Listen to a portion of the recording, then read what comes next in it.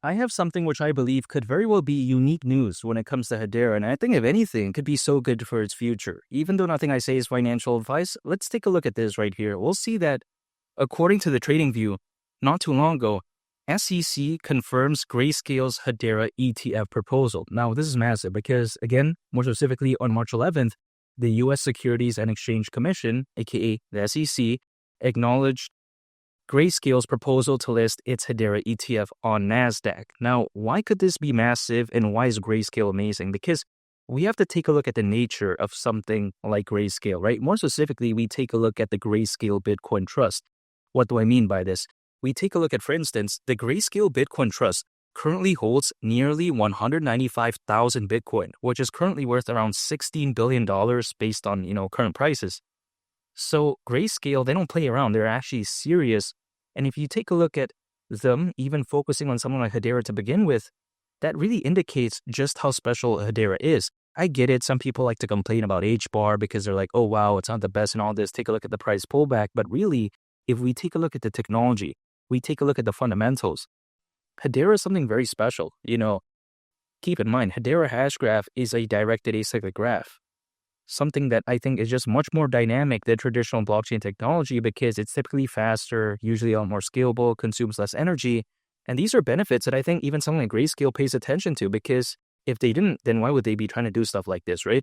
So the way I take a look at it is that even these large-scale enterprises, they understand just how special Hedera is. I mean, even I know how amazing it is, right?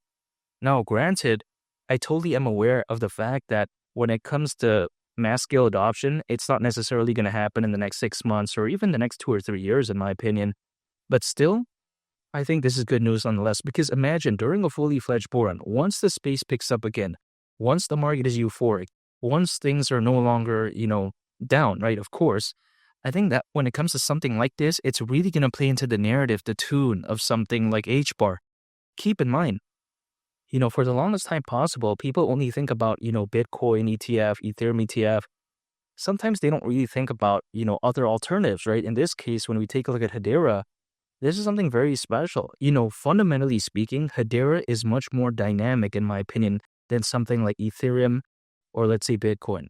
Now, it doesn't mean they're going to defeat them, or it doesn't mean they're going to have better adoption, but fundamentally, it's just much more dynamic, in my opinion. If you take a look at Bitcoin, for instance, right? It's primarily known as a store of value. There's really nothing wrong with that. But in this day and age, in terms of the use case, it's not that dynamic. It is rare, but then it doesn't mean that, the use case is all that dynamic, though, in my opinion, despite the amazing adoption, despite the Bitcoin ETF. Now, we take a look at Ethereum, right? Ethereum's sky-high gas fees and is arguably not even scalable. There's nothing necessarily wrong with that because I still see a lot of developers kind of, gravitate towards Ethereum. It still has a good fan base. But is it acceptable, though? I don't think so, really, fundamentally speaking, because there's other alternatives, or should I say a whole bunch of other alternatives that don't have those drawbacks. So Ethereum, I think it's doing a little bit of a disservice being that massive, having that much fans, and then not really being the best layer one blockchain that it could be, right? Now, granted, there are Ethereum layer 2s out there that kind of combats the nonsense, like, for instance, the sky-high gas fees or scalability issues. I'm totally aware that it shouldn't be experiencing those type of issues. And when you take a look at Hedera, again, by nature, because it doesn't use traditional blockchain technology when it comes to Hedera Hashgraph, it uses a directed acyclic graph. It just has much more possibilities. I think the ceiling in terms of the use case is much higher, even though I'm not necessarily saying that it's going to defeat them again. In terms of, again, the ceiling, it just feels a lot more dynamic. Now, keep in mind, right, if let's say Hedera doesn't get the best adoption, but then still, let's say the Hedera ETF happens, let's say before the fully fledged bull run, or let's say during a fully fledged bull run, really the sky's the limit when it comes to HBAR. $3 at that point may seem a little bit bearish, actually, but you know what? I'm still very bullish on HBAR, and $3, that doesn't even seem that crazy to me, because if it were to go to that price, considering current circulating supply, market cap would be around $127 billion. So it's not even that bad. I mean, we've seen BNB reach over $100 billion market cap back in 2021, keep in mind.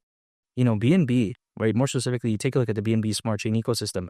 Even just last year, even back in 2023, according to Crypto.com research, slightly over 2% of the crypto hacks that happened that year actually occurred on there. So it's not that good, in my opinion. Now, It still has a lot of fans, still has a lot of hype. Like, for instance, we take a look at the BNB chain. It's just much more dynamic in terms of the adoption as of right now when it comes to Hedera. I'm totally aware of that. But in my opinion, Hedera just feels fundamentally better. So if something like BNB was able to reach over $100 billion in market cap back in 2021, why can't HBAR do the same, if not better, this time around?